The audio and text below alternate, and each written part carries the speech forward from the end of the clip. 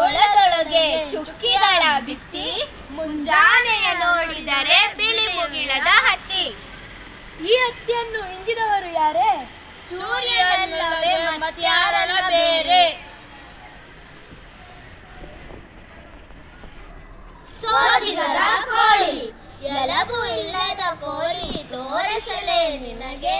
ನೋಡಬೇಕೆಂದರೆ ಬಾ ನನ್ನ ಮನೆಗೆ. ಹೀಗೆಂದರೆ ಆ ಹುಡುಗ ನೋಡಲಿಕ್ಕೆ ಹೋದ.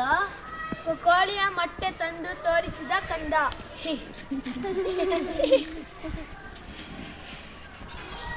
ತಂಗಿಗೆ ಗಗನ ದೇವಿಯ ಹಣೆಗೆ